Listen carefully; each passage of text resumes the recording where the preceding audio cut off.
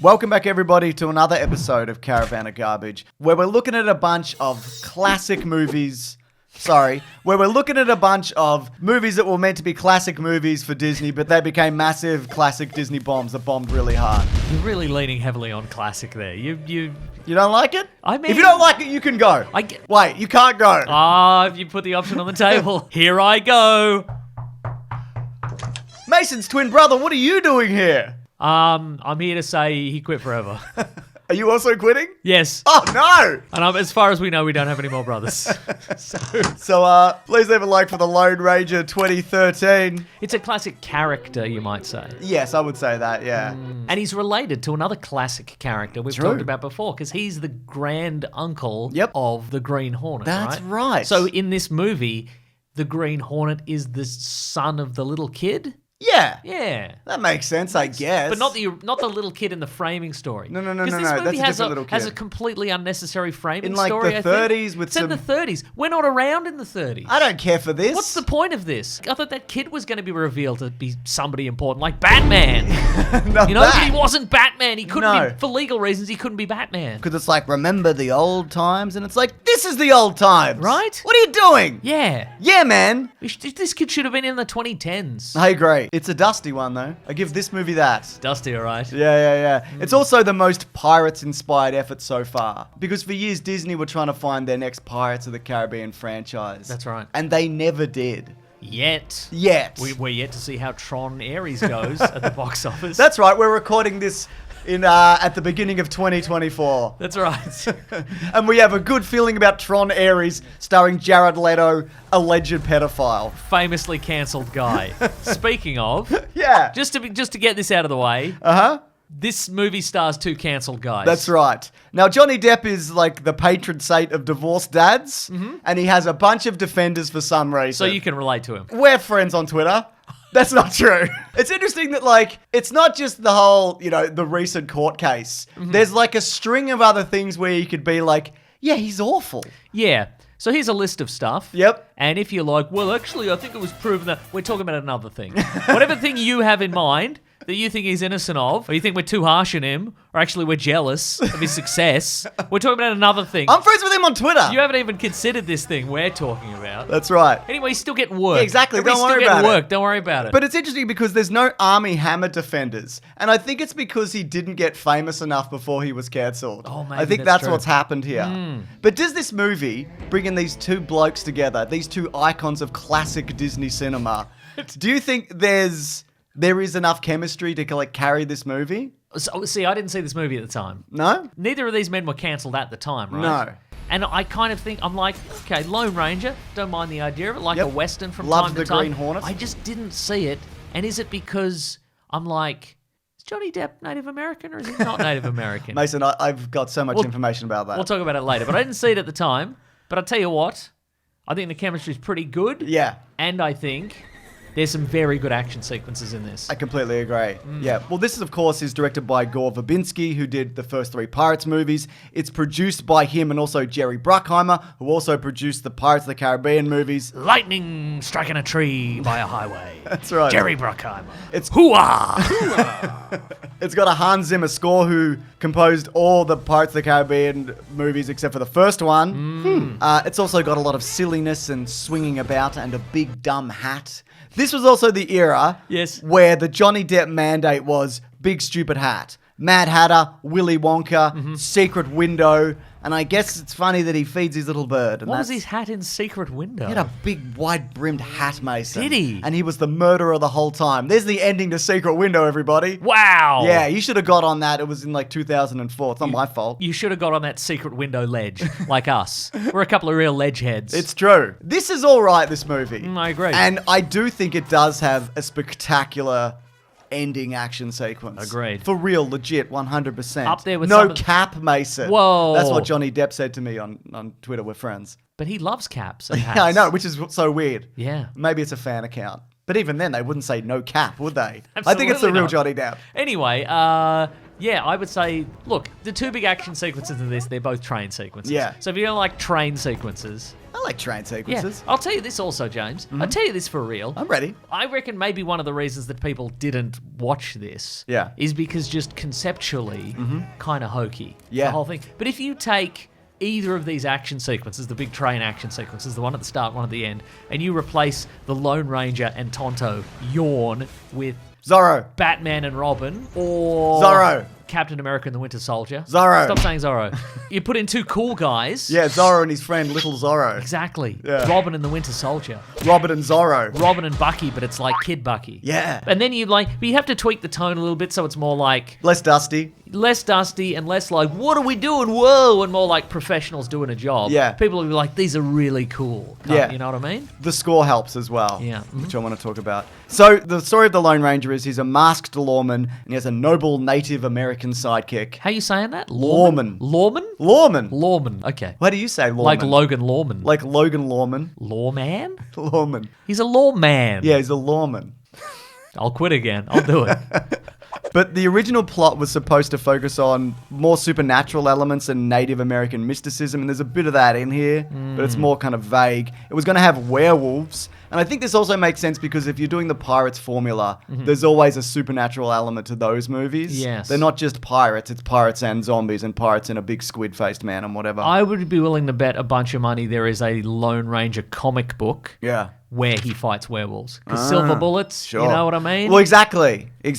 However, the first draft was going to cost $250 million. The first draft of the script. That's right. That's what Wow. they said. And also after John Carter, they were like... Who was it by? Carrie Bradshaw from Sex and the City? She did earn too much money for what, quite frankly, was a dog shit fucking article. That's what I'm saying. And she was such a weird prude for writing a sex column. She's like, oh, what's kissing? Yeah, I man. don't even like it. What are you doing then? Stay at home. Yeah, write about bankrupting yourself on shoes. So after John Carter bombed, they revamped it to meet something that Disney would approve of more, which became the current script. Also, the production was delayed because Cowboys vs. Aliens didn't do well. Oh, no. I'd love to come back to that at some point. But this does have an insane budget. Here's an example.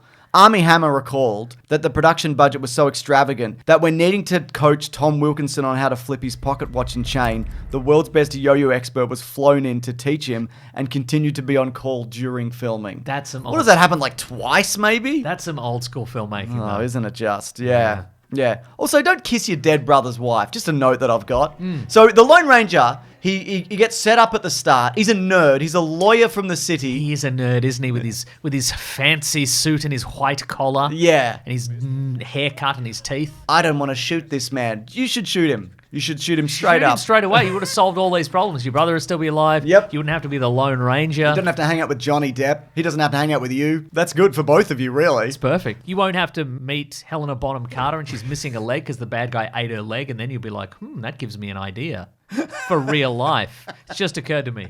I did. It never crossed my mind. Just hit me now. He's presumed dead like his brother and a bunch of other lawmen. And I'm just going to go with it. That's just fine. so you close your eyes like you've got a migraine when I say that. And so he comes back and the idea is that Johnny Depp gives him the idea, if people think you're dead, you can be like a vengeful spirit or whatever. Oh, yes. And wear a mask and no one will ever know who you are and whatever. I mean, you look like that guy we know. Yeah, same Just hat. got a thin strip of cloth across your eyes. It's also kind of green at points, that mask. Did I imagine that? You probably imagined it, Because James. it's supposed to be black, right? Going back, I don't know. I don't think there's any official notes on. Okay, look, I said it's supposed to be black. I did look into it. It is supposed to be black. I said it nonchalant. Okay. But I did do my research. You've done some research, all right. I mean, the hat's iconic, right? Yeah, it The is. horse is iconic. Iconic horse. Yeah. And the villain is, there's two villains. Let's not spoil villains. them both. It's William Fickner. That's correct. Good looking grubby and greasy and dry and dirty. Also and the dusty. Shredder. And he played the Shredder, that's right, at one time. Sort of. He was the Shredder, they changed. He was a Shredder. He was the Shredder, or Yeah. he was going to be. But also he's in grown-up movies. He was grown up. As is Tom Wilkinson. Yes. Who's also in a certified grown-up movie, Michael Clay. Oh my god. Yeah. How are you doing this every week? Everybody's in Michael Clay. It appears that way, yeah. So there is this idea that there's a cursed pile of silver that Johnny Depp sold out his tribe for when he was younger. So he's now this He's supposed to have all this ancient mysticism, but he's just a lunatic. But also, he might actually be magic. I thought the reveal was going to be that he's just a white guy. That was the reveal because that was the real life reveal. He's introduced in the movie, and we're like, oh, this guy's supposed to be a Native American, and then he's doing the voice, part of the Comanche tribe, and he's got all this wisdom. And then the Lone Ranger meets the elders of the Comanche tribe, and they're like, we've got a story for you. He's not one of us. And I was like, oh, it's going to be a white guy, and he got lost in the desert, and he went mad. But no, look, here's the thing about Johnny Depp's performance. The whole time, it felt like he was doing the ironic, like Robert Downey Jr. Tropic Thunder. Yes. Ironic, but post-ironic, but is it ironic? Blackface. The whole time he was expecting, because he's always going like, white people. And I was expecting at some point for an actual Comanche guy to be like, what do you mean white people? What do you mean, white people? You know? Yeah. Never happens. There is a moment where he's playing a Comanche warrior who's also playing a Chinese man. Yes. What does that mean? I don't know. But it did happen. Yes. Anyway, he made it all up.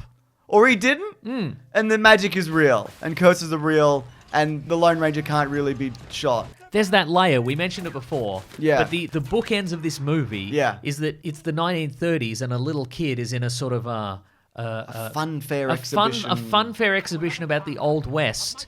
And he goes to look at this, like a statue or a stuffed man that's a Native American. But it turns out it's just Tonto who's just there. Yeah. He's just standing around. Is this his job? It's his job, maybe. And then he tells him this wild tale, and occasionally we cut back to the 1930s, and the kid's like, is that even real? And he's like, yeah, I don't know, maybe. Probably, I don't know, maybe. It is. I guess. Unnecessary. Just take it out. Yeah. I don't understand. You don't need it. Also, it implies that, like, he had a really sad life. Like, the back half of it was just him, like, losing his mind, and he lost his best friend, Armie Hammer.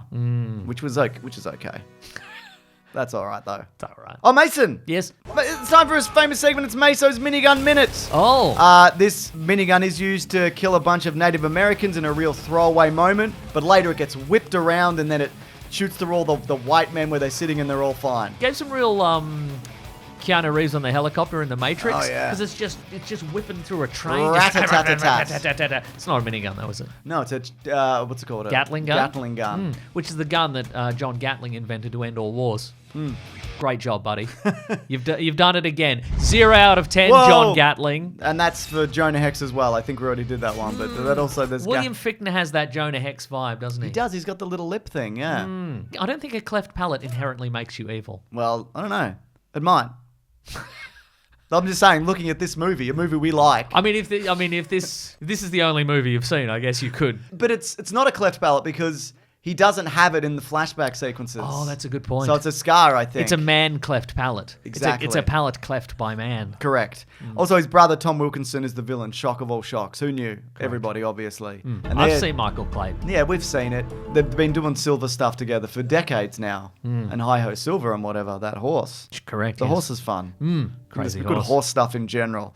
Okay, so it has an incredible third act. Agreed. Legit amazing train sequence. I think it's one of the best of all time. It's up there with Indiana Jones 3, but not 5. It's up there with Back to the Future 3. It's up there with some of the Mission Impossible movies. It's up there with Under Siege 2, Dark Territory. What I will say, though, is that the first train sequence, also great, because it's got the classic bit, two guys chained together. Yeah. What are they going to do? What are they going to do? Run around. Run around, yeah. Run around. Use their weight. Yep. You know, back and forth. Balancing. Yeah, good fun. Good fun. But you're right, third act train sequence. Yeah.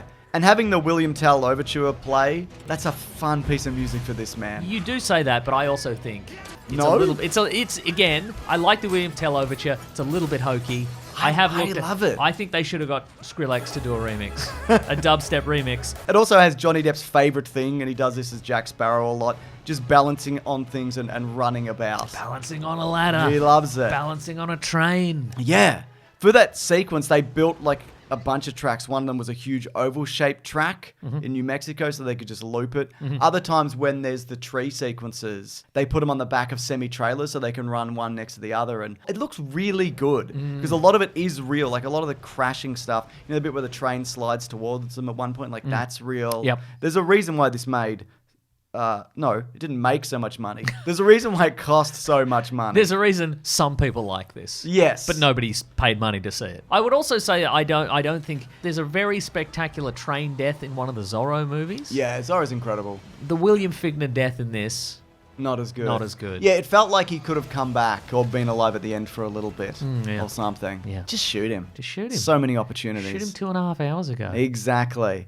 Anyway, there's a post-credits of sorts, and it looks like Johnny Depp has shit his pants, and he's wandering away from camera. Unnecessary, that whole end sequence where he wanders off and whatever, man. Yeah. Whatever.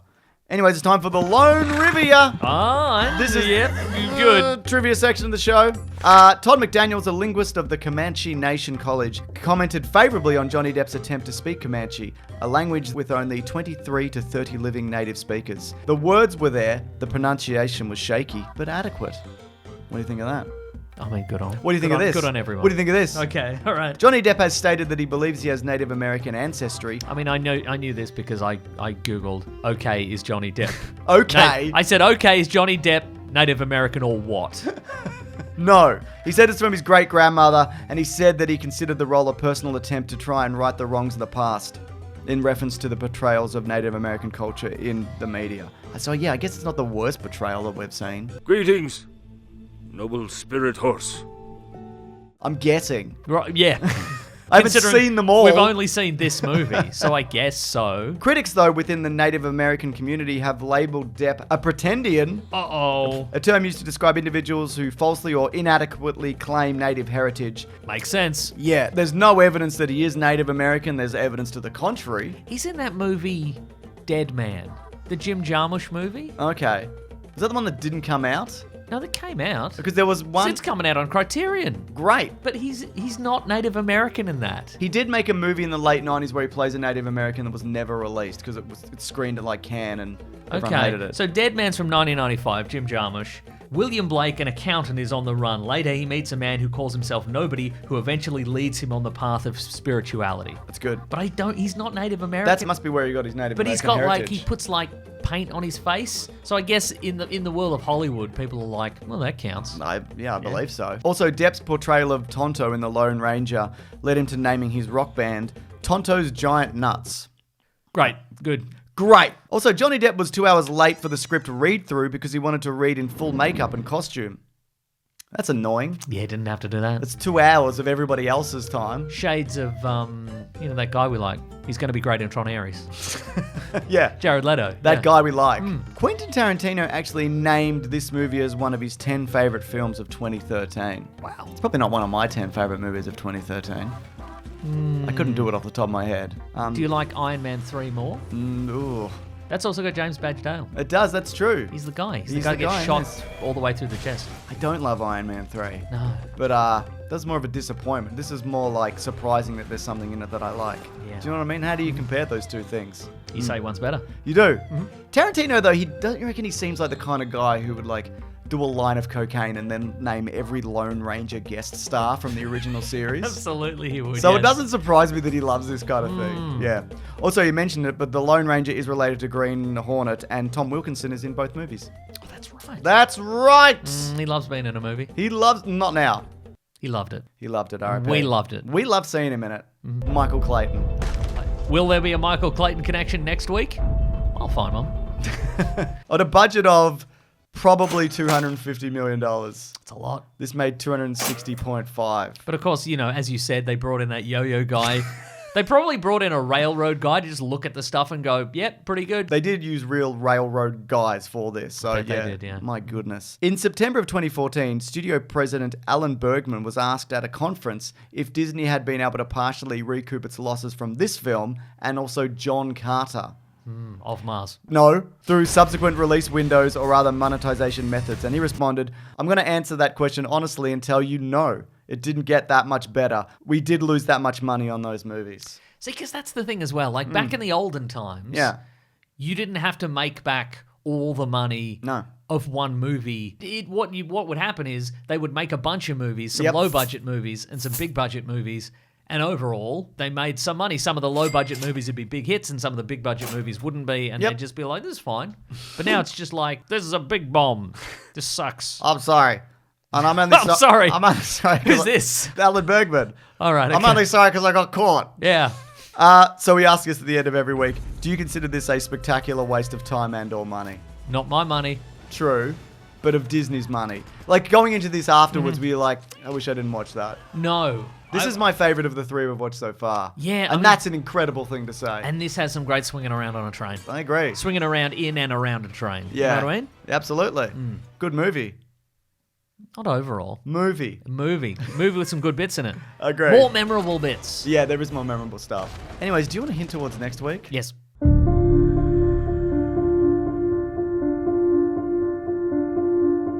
What if there was a place?